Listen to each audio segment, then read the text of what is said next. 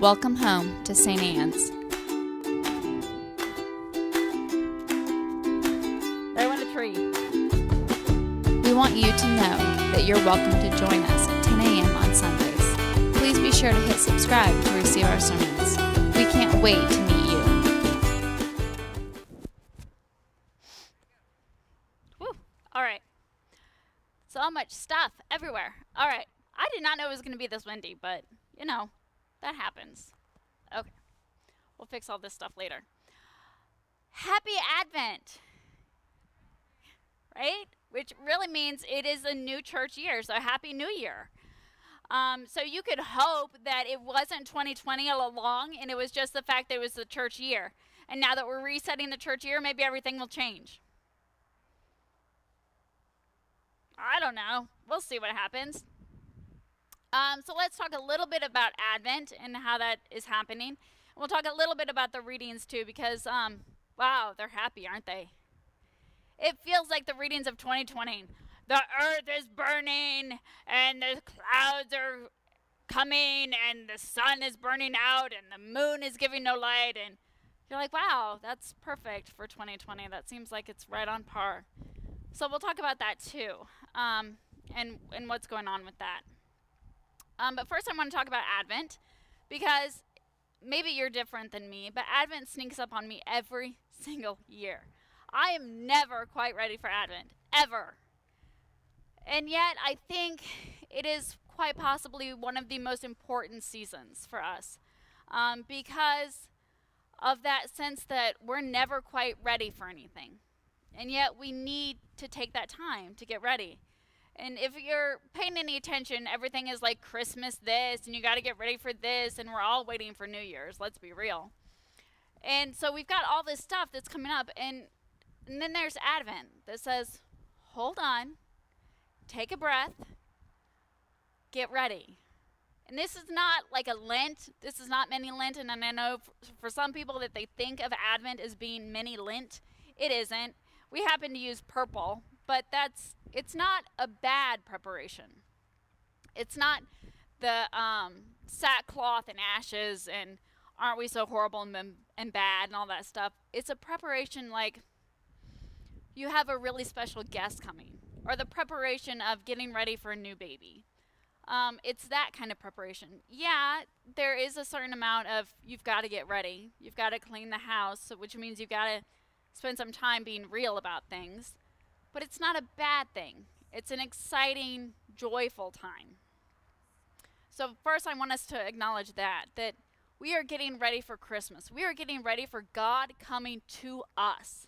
That's a big deal. We're talking about God, the God, coming to us in our messy little world and our messed up ways of being.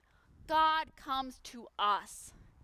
And that is so very, very important, because I think so often we think that we go to God.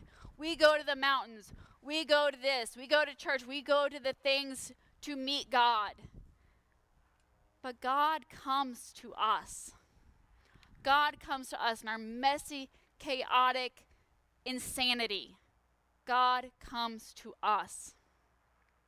God comes to us in our year of pandemic, in our year of not being ready for anything, in our year of we're sitting out here huddled in the cold because, dang it, we are going to worship together.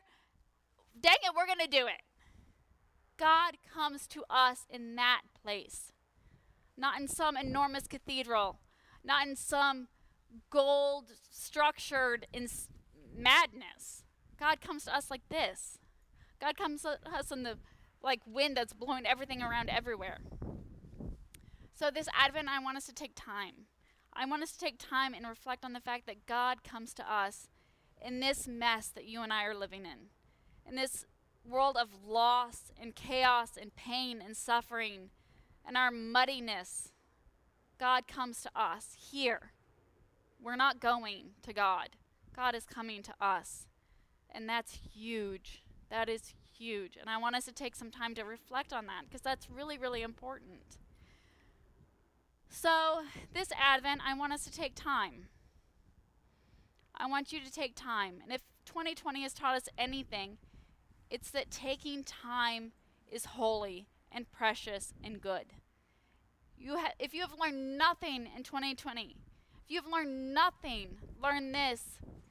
The sacred is in the quiet and in the stillness and in us taking the time for safety and love and caring for others. There is time and there is quiet and there's holiness in that. And that's the other thing that I want us to go to in this reading, because this is a scary, chaotic reading. That's because the first week of Advent is really apocalyptic. It's the end of the world, it's the final coming and all this stuff. Those are the readings that we usually read for the first reading in Advent. It's all about the coming, what is happening, this big, enormous thing that is happening. But really, the message is this: keep awake, keep track, keep going, because it's hard to keep going. And do you want to know, the disciples struggled with this too, and the early Christians struggled with this, because the readings were all like, what's going to happen? This generation won't pass away. It's going to happen. The second coming is happening. The world is ending now. But it didn't. And generations kept on coming. And the world kept on having wars and madness and craziness. It didn't happen. And there was frustration and there was confusion because the stuff that we were promised didn't happen when we thought it would happen. And now, we've had a couple thousand years, so we're kind of used to the fact that we're probably not going to have, God just like land on us in an apocalypse. Most of us are not. Anyone else prepared for the apocalypse? I don't know, 2020 maybe, but we're really not, because our Christian faith has evolved a little bit. We're used to that. But there's still this message of keep awake, keep the path, keep going. And that's a message that I want you guys to hear today, because it's so very, very important for us in this year. Keep going. When the fatigue and all the things that seem like they should have happened by now, they haven't happened. Our numbers are continuing to rise. People are continuing to die. We are continuing to spread. We're exhausted and fatigued. We're sick of not being able to go to work. We're sick of not being able to go to school. We're sick of all these. We're sick of having Thanksgiving by ourselves. But did Thanksgiving come? It came.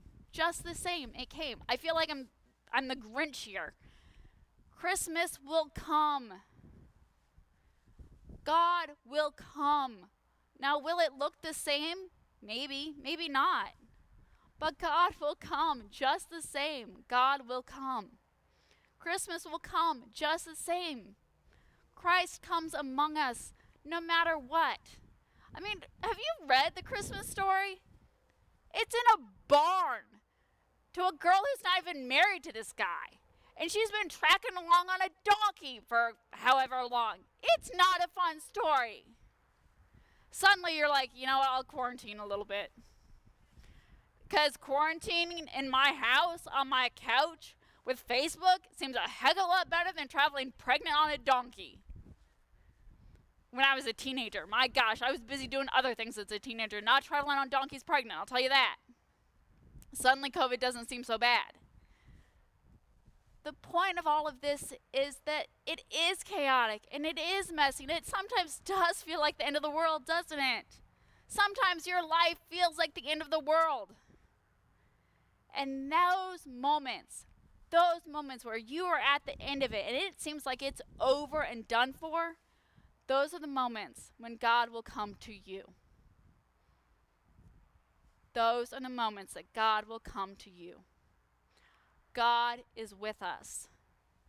God is coming to us in our messy, crazy little world where it's so insane that we're willing to pray together in December and November in a parking lot. And we're like, heck yeah, we're going to do that.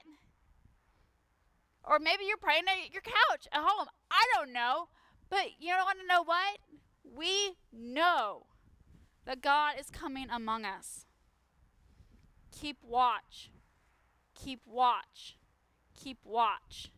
Pay attention. God is coming among us. We want you to know that you're welcome to join us at 10 a.m. on Sundays. Please be sure to hit subscribe to receive our sermons. We can't wait to meet you.